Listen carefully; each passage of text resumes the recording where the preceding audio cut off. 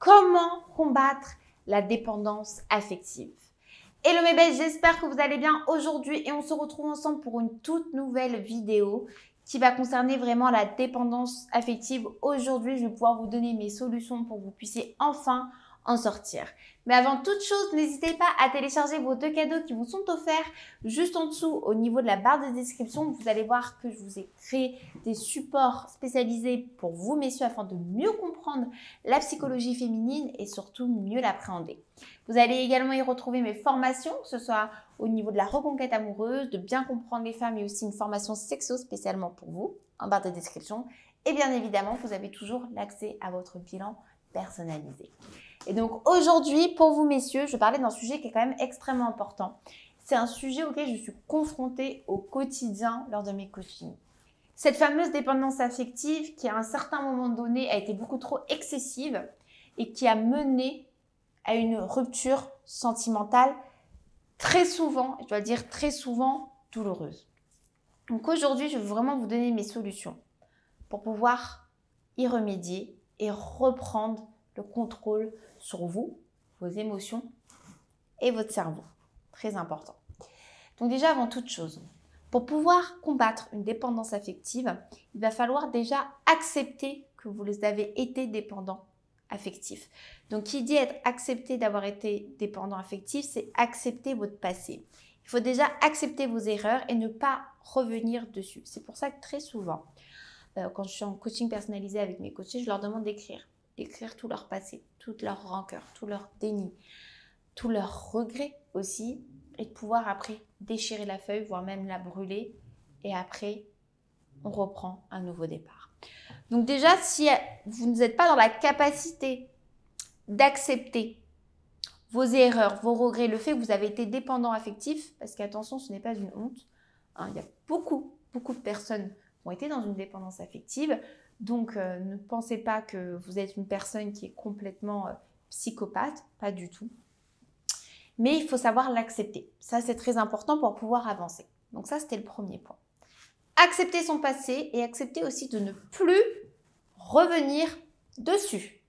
Sinon, vous allez toujours y repenser et ça va vous bloquer dans votre ascension pour pouvoir vous redonner des vibrations positives. D'accord? Donc, j'insiste sur cette acceptation. Le deuxième point, c'est tout simplement de changer votre ancien schéma. Vous ne pouvez pas le changer à moitié. C'est-à-dire qu'il va falloir vous repousser dans vos retranchements. C'est pour ça que très souvent, pour pouvoir combattre cette dépendance affective, ça demande du temps. Il va falloir être patient. Parce que vous allez avoir votre ascenseur émotionnel qui va sûrement des fois vous jouer des tours, parce que vous allez vouloir repenser au passé. Donc vous allez revenir dans un mood un peu bad pour le coup. Et donc ça va vous ralentir aussi dans cette ascension pour le changement. Donc, quand vous décidez de combattre cette dépendance affective, c'est sur quoi je travaille au quotidien dans mes coachings personnalisés, je vous pousse dans vos retranchements. Je fais en sorte de vous sortir de votre zone de confort. C'est-à-dire qu'il va falloir changer du tout au tout et de réapprendre à vivre avec vous-même. Parce que la dépendance affective, c'est ça aussi. C'est que vous vous êtes oublié à un certain moment. Sans même que vous pensiez, mais vous vous êtes oublié. Si vous avez été dépendant affectif, c'est qu'à un moment donné, votre vie, vous l'avez mis de côté. Mais ça, c'est une grosse erreur. C'est que là, pour la dépendance affective, pour pouvoir la vaincre, comme je viens de vous le dire, il va falloir réapprendre à vivre avec soi-même. Réapprendre à vous découvrir.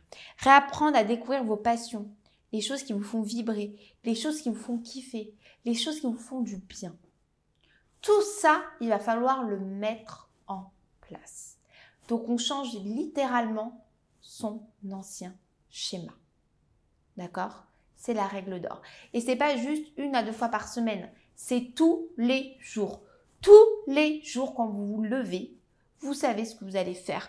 Vous savez quelle activité vous allez faire pour vous faire du bien. Vous écrivez tous vos challenges sur du court, moyen ou long terme. C'est important parce que ça va vous faire travailler le cerveau, ça va entretenir une rigueur et vous allez pouvoir être actif tous les jours et ça avec vous-même. Et un dernier point aussi qui est extrêmement important, c'est que pour combattre la dépendance affective, aimez-vous. Il faut savoir aussi s'aimer soi-même. Il va falloir vivre déjà avec vous-même pour montrer que vous êtes capable de gérer votre quotidien seul, mais il faut aussi vous réapprendre à vous aimer, à aimer la personne que vous êtes actuellement. Aimer cette personne qui a pu faire du bien aussi en amour à d'autres femmes.